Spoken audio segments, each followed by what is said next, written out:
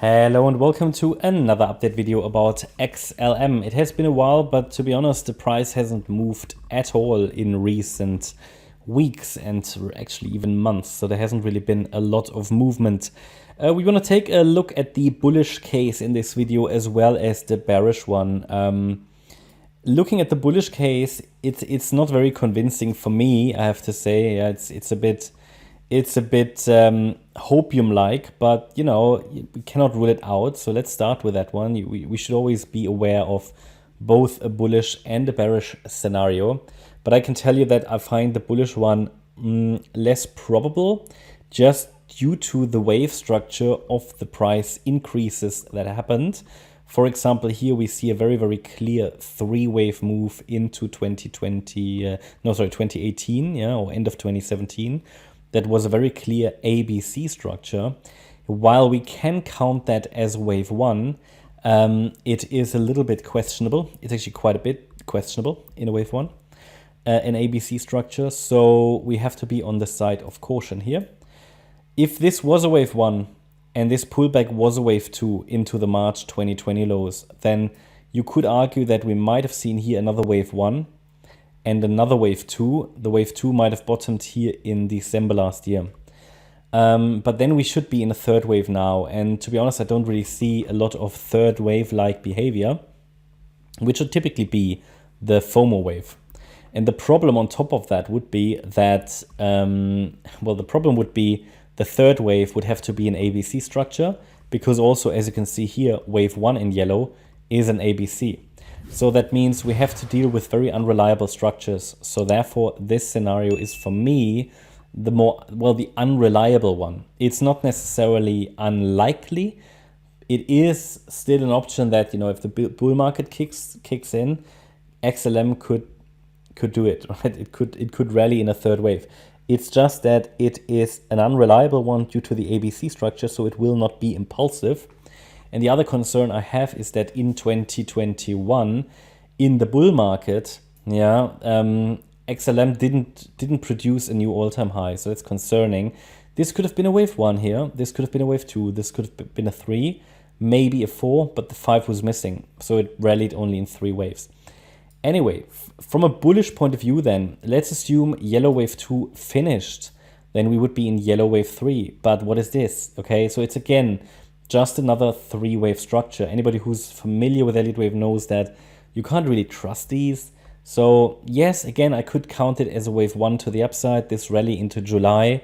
This would be a wave two to the downside. However, it counts quite well as actually an ABC structure. So again, it's something that we cannot really trust. You can count it as an ABC structure. You can count it as ABC, but it counts better as five-wave move.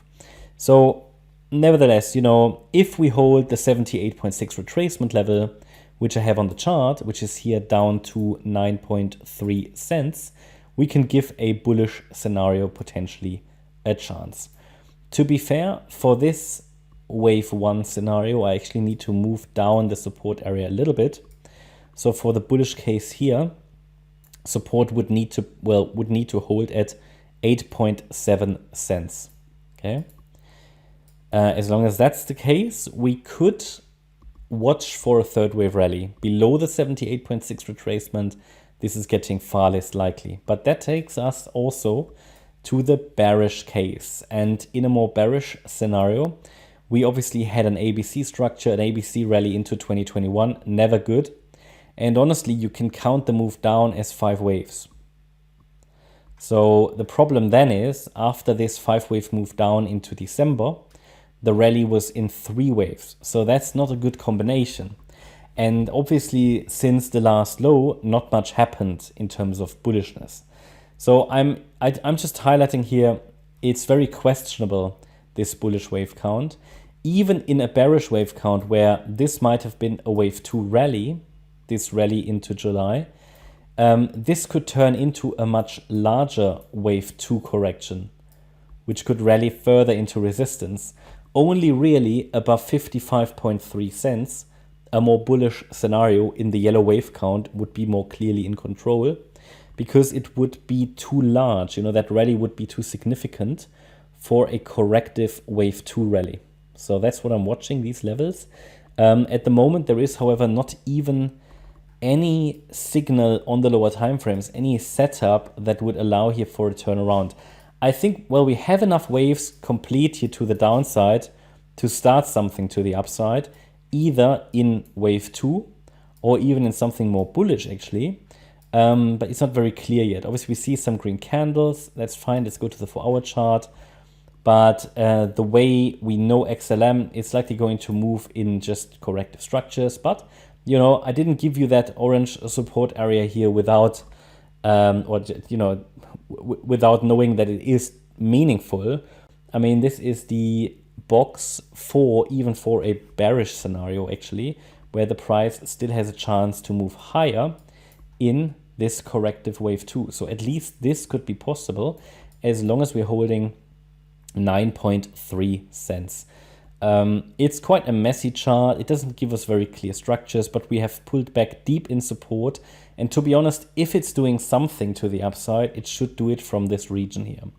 So that's what I'm watching. Also, there is a trend line moving up here, which is a little bit below support, but obviously you could make the case, depending on how we count it, as I showed you, we could move support down a little lower, and then support is 8.7 cents. But yeah, it's showing a little bit of a reaction now. We certainly have enough waves down to count it complete. Actually, I've got it labeled as ABC structure to the downside, and that could be complete. We've got 5 waves in the C wave. That's, you know, that can be justified. It's just that it is a chart that is moving just with poor probabilities, because it's just moving in 3-wave structures. You just recognize when you look at a chart like that, and you just see those rapid moves, up and downs, strong retracements. Doesn't look very healthy. But, you know, we are deep in support. So, you know, there is definitely a chance to move to the upside from here. Especially if you look at the volume profiles, you can see as well, just below the support box, strong volume. Yeah, historical volume is starting basically. That typically slows price declines down, and it could provide support. So, you know, to the upside, there isn't so much. So the price can potentially rally quite a bit if we get a breakout here to the upside. And okay, you know, what would be a breakout? Well, that's hard to say because there isn't really a clear breakout point. That's the problem. So it would help. It would help from an analysis point of view if we can take out this wave 4 high at 13.4 cents next. That's an important resistance level. And then above that level, we've got that wave 2 high at 16.9. So that's how we can take it level by level. But I haven't got a very clear setup here. There's no impulse down there.